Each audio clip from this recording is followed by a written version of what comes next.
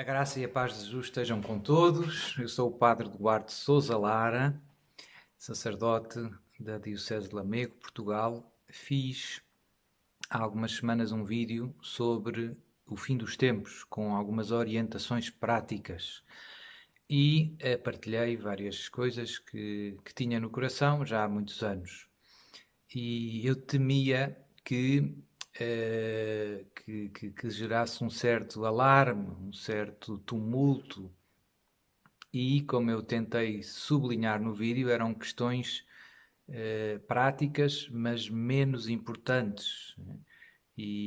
Mas suscetíveis de causar um certo temor, não é? A gente saber que vêm aí dificuldades, digamos assim, perseguições, perigo de vida, faltas de alimentos, etc. E eu sei que isso alarma as pessoas e que dá que falar, digamos assim. E no vídeo eu insistia de vez em quando que o mais importante é estarmos espiritualmente prontos para o fim dos tempos. Infelizmente, até amigos meus, digamos assim, de muita caminhada cristã, me deixaram um bocadinho, vamos pôr, desiludido, porque no fundo assisto sempre à mesma dinâmica. Nós, seres humanos, preocupamos-nos muito com a saúde do corpo e pouco com a saúde da alma. No fundo, isto, que não é novo, acabou por me entristecer um pouco, né? Ou seja, alguns amigos, até, como eu digo, de pessoas de caminhada, falaram comigo aflitos porque não têm galinhas ou porque não têm maneira de sair de Lisboa ou de uma cidade grande. Isso não é muito importante. Não é indiferente, mas não é muito importante. O mais importante é permanecermos espiritualmente na graça de Deus, unidos a Deus. E por isso pensei fazer este vídeo para relembrar, embora já o tenha feito em tantas ocasiões, algumas questões espirituais que são as fundamentais, né? A primeira é permanecer firmes na fé católica, na fé que recebemos, na fé do batismo, na fé da Igreja. E para isso, eu normalmente convido as pessoas sempre a estudar, pedir a graça, obviamente, rezar a Deus pedindo a graça de permanecer firmes na fé que vem dos apóstolos, na fé da Igreja, na fé em que fomos batizados. E por isso, normalmente, eu costumo pedir às pessoas que estudem a Sagrada Escritura e que estudem o magistério da Igreja, sobretudo o catecismo. É uma maneira simples de nós conhecermos bem a nossa fé e estarmos preparados para resistir às mentiras que circulam por todo o lado, não é? Contra as heresias, no fundo, que hoje em dia se tornaram quase que normais. Todos os dias ouvimos uma diferente. Para resistir a isso, temos que conhecer bem a nossa fé. A única maneira é dedicarmos tempo a estudar. Estudo. A Sagrada Escritura. Ler a Bíblia. A Sagrada Escritura não serve só para estudar, serve para rezar, para falar com Deus, para meditar, para perceber o que é que Deus me pede. Mas também para estudar. Eu preciso perceber o que é que Deus disse, o que é que Deus não disse. Eu costumo sugerir a Bíblia de Jerusalém, uma tradução feita no Brasil. A Bíblia de Jerusalém originalmente é francesa, foi escrita em francês, feita pela École Biblique de Jerusalém, dos padres dominicanos. É excelente em termos de introduções e notas exegéticas e aparato crítico em geral, é muito útil para o estudo. É uma tradução bastante literal. Não é se calhar, a melhor Bíblia para a oração ou para a pregação, mas para o estudo é a melhor, na minha opinião. Isto é opinável, claramente. Depois, Catecismo da Igreja Católica. E também nunca sugeri e penso que vale a pena para o estudo bíblico. Eu gosto muito do comentário da Bíblia de Navarra, a Bíblia de Navarra, publicada pela Universidade de Navarra, é muito extensa, são vários volumes, 20 talvez, e tem amplos comentários. E agora, recentemente, a Universidade de Navarra publicou em espanhol num só volume, todos os comentários e introduções aos livros da Sagrada Escritura. Portanto, não tem o texto da Bíblia, tem só os comentários. Gosto muito porque é patrístico, são comentários patrísticos, magistério, portanto, tem o magistério, tem os padres da Igreja, que são intérpretes privilegiados da tradição apostólica, e também tem alguns autores espirituais muito importantes, doutores da Igreja, etc. São João da Cruz, Santa Teresa, etc. São José Maria Escrivá. E, portanto, é útil seja para a oração, seja para o estudo. Né? O comentário, no fundo, à Bíblia de Navarra. Pode-se encontrar na internet, relativamente fácil, e é barato. Né? Portanto, aqui já estão algumas dicas úteis, também práticas, agora sobre os temas mais importantes. É mais importante eu conhecer a Bíblia e o catecismo do que ter umas galinhas. Eu vejo que algumas pessoas ficaram aflitas e agora querem ter umas galinhas, mas não leem a Bíblia, mas não leem o catecismo. Não lhes vai servir de nada as galinhas, se perderem a fé. Se perderem a fé, vai tudo por água abaixo. E agora o combate é um combate pela fé.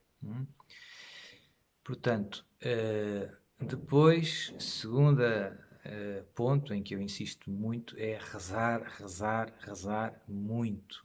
Começando por a missa diária. Ir à missa e comungar Jesus diariamente. Receber Jesus na comunhão diariamente. A missa é a oração mais forte, nada se iguala à missa, e eu vejo que nós trocamos a missa por outras coisas muito menos importantes. Podíamos ir, por exemplo, agora nas férias. Há gente que tem tempo livre. Durante o tempo do ano do trabalho, não posso ir à missa. Muitas vezes, às vezes posso, mas há muita gente que, por causa dos horários de trabalho, de sair cedo de casa, etc., não consegue ir à missa todos os dias. Agora, de férias, é perfeito. Sobretudo, porque é que as pessoas não vão? Porque, no fundo, não querem. Não estão para aí virados. Preferem ir para a praia. Não é mau ir para a praia, não. Mas eu, se calhar, podia... se eu amo a missa, e se eu quero a missa, e se eu amo Jesus, podia arranjar uma maneira de descansar nas férias, mas poder estar mais perto de Jesus. Mas poder ter mais missa, ter mais adoração, etc. Se não o faço é porque, no fundo, não é uma das minhas prioridades. Então fico triste por ver pessoas que estão preocupados com as galinhas, mas não por não terem galinhas, mas não estão preocupados por não terem missa. Fico triste. Né? Depois, portanto, missa e comunhão diária. Depois, ligado à missa, a adoração eucarística. Às vezes há igrejas em que tem o Santíssimo exposto, ótimo, aproveitar. Às vezes não está exposto, está no sacrário. Aproveitar, à mesma, no sacrário está Jesus, na hóstia consagrada está Jesus, vivo, com o seu corpo, sangue, alma e divindade. Portanto, estar perto dele, fazer muitas visitas ao Santíssimo e gastar horas de oração, de adoração, em silêncio, ao pé dele.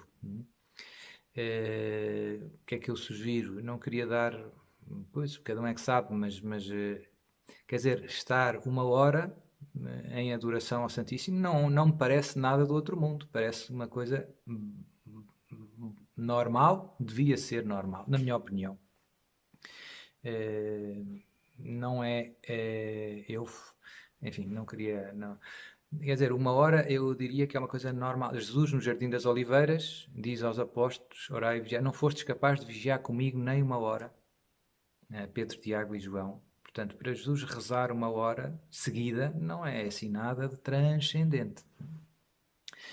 E depois os tempos de adoração podem ser tempos em que levamos a nossa Bíblia, a Sagrada Escritura, e em que também que passamos tempos em silêncio e em que paramos. Neste mundo tornou-se tão difícil fazer silêncio interior e exterior, e tornou-se tão difícil parar da frenesim, do correria do dia-a-dia, que a adoração pode ser muito, muito preciosa.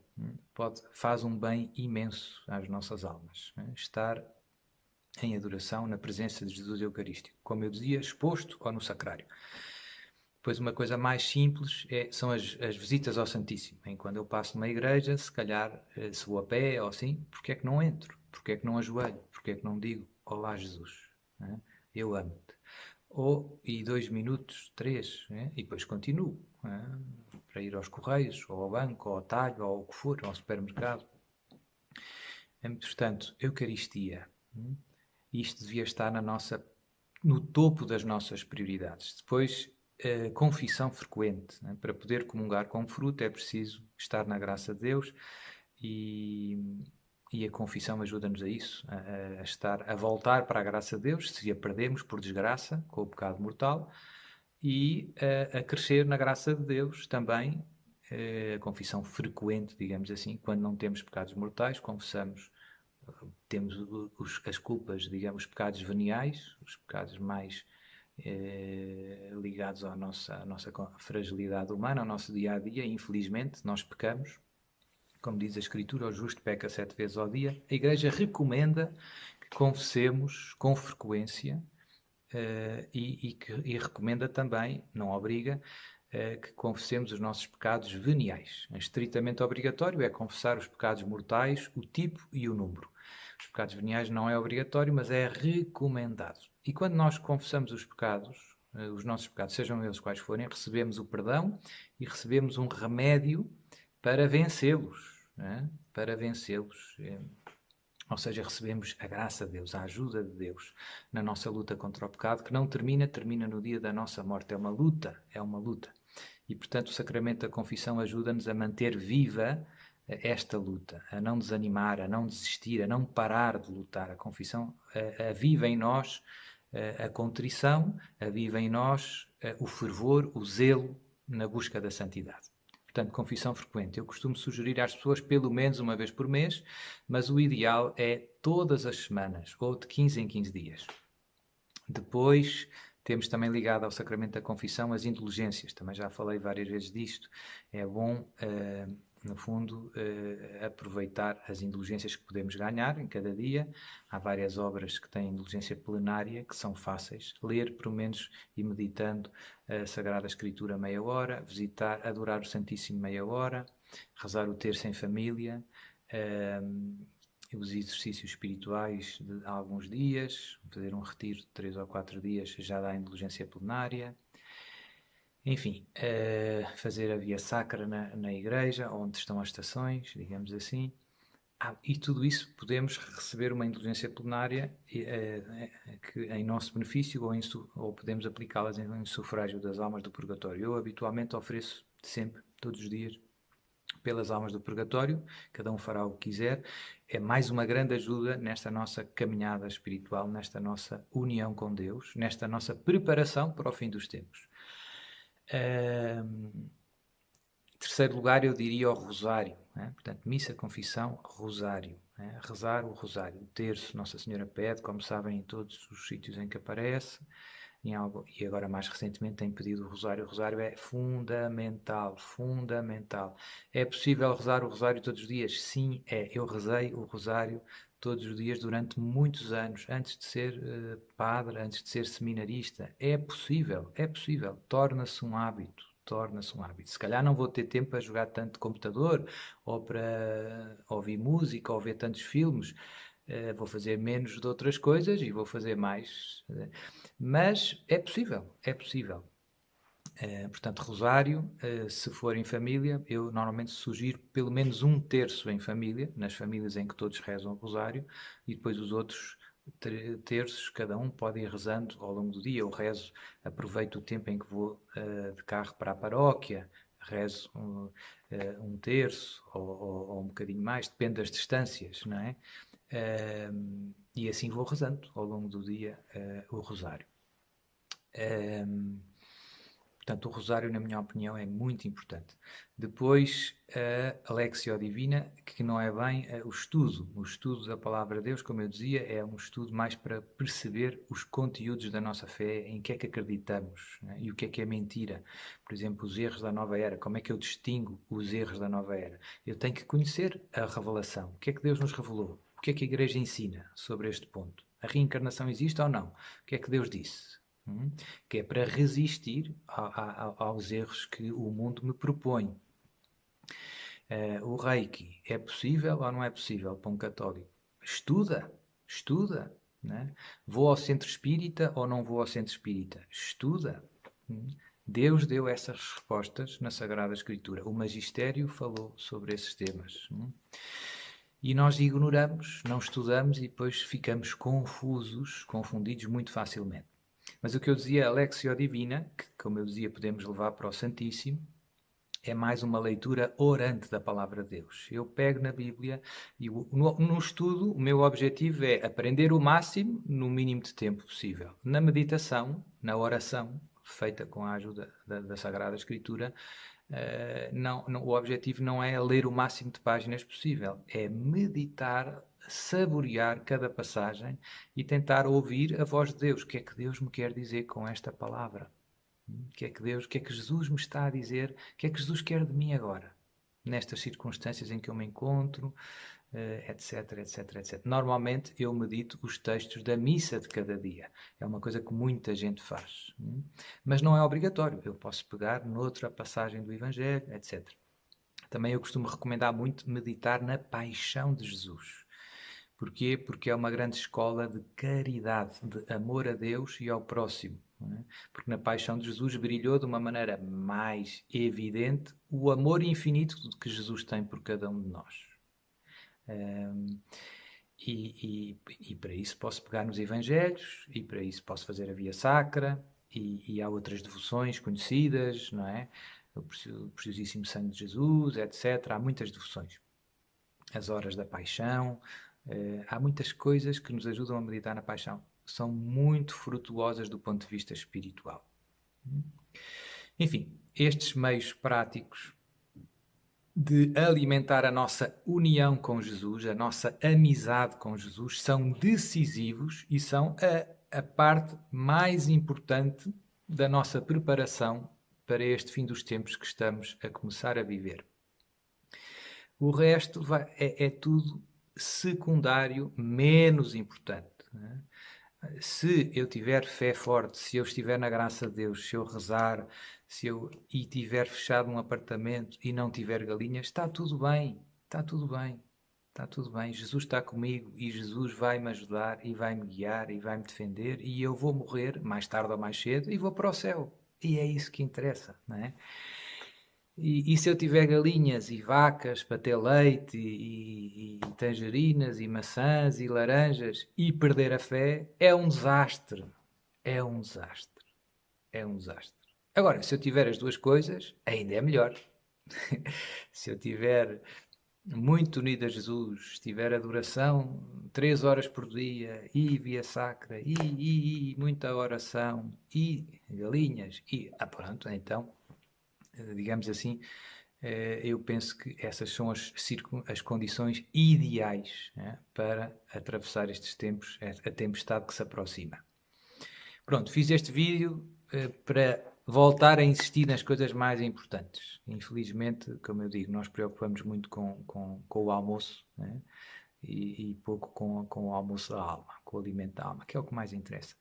E, portanto, fica aqui estas sugestões para quem ainda não se confessa muito, começar agora, para quem não vai à missa todos os dias, começar agora, para quem não conhece a Bíblia, começar agora, para quem nunca leu o Catecismo, começar agora.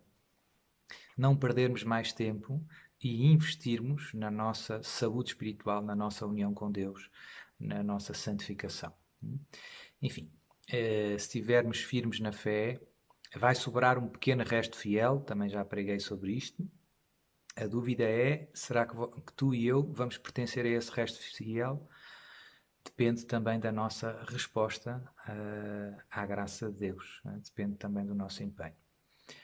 Então, que Deus nos dê a graça de perseverar firmes na fé, fervorosos na fé, ajudarmos aqueles que temos à nossa volta, familiares, amigos, vizinhos, não desanimarmos. Desânimo e a tristeza e o pânico e a ansiedade são sinais de falta de fé.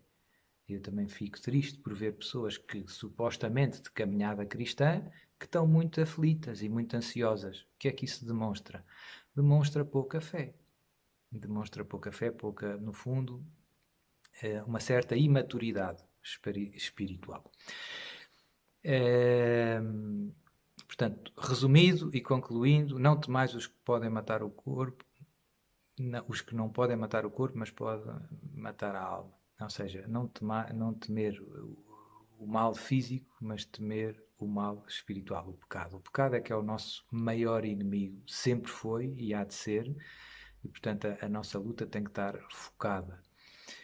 Os males físicos são secundários, não é? Não ter que comer é mau, mas não é o fim do mundo. Não é? Pronto, penso que já passei a ideia, também tinha tentado passar no outro vídeo, mas pelos vistos não consegui muito.